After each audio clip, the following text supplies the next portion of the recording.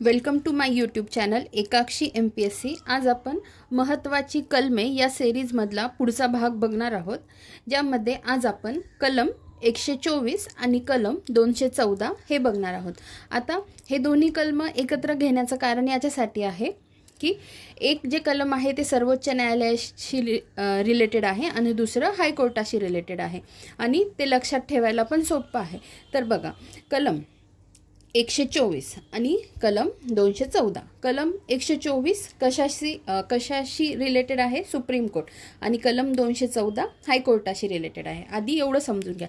आता बघा, हे पाठ कसं करायचं? 124 हे आपल्याला लक्षात ठेवावं लागेल किंवा 1 2 का 4 असं लक्षात ठेवा। काही लक्षात राहत नसेल तर 1 2 का 4 124। 124 आणि पुढचं कलम त्याच्यासोबत कोणतं लक्षात ठेवायला सांगितलंय? 214। आता याच्यामध्ये काय केलेलं आहे? 4 आणि 4 यांची जागा सेम राहते।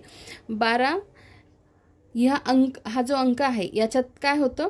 2 पुढे येतो, 1 2 नंबरला जातो, म्हणजे यांची जागा बदलते। म्हणजे इकडे बघा, इकडे 12 आहे, इकडे 21 होतो। तर म्हणजे 4 ची जागा तशीच ठेवायची आणि 1 आणि 2 या आकड्यांची जागा बदलायची आणि कलम लक्षात राहतं, हे मला सांगायचं होतं थोडक्यात। कलम 124 आणि पुढच्या कलमात काय करायचं? 214 करून घ्यायचं। कळतंय ना तुम्हाला कोणते आकडे बदलायचे? 4 हा आकडा तसाच ठेवायचा आणि 1 आणि 2 या आकड्याची अदलाबदल करायची आणि कलम लक्षात ठेवायची। कलम 124 कलम 214 म्हणून हे सोबत घेतलेले आहेत पाठ करण्यासाठी।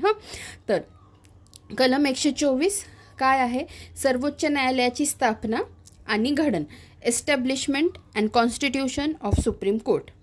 आणि कलम 214 हायकोर्टाशी रिलेटेड आहे, राज्यांसाठी उच्च न्यायालय, हाय कोर्ट्स फॉर स्टेट्स। तर अशा पद्धतीने हे लक्षात ठेवायचं। धन्यवाद।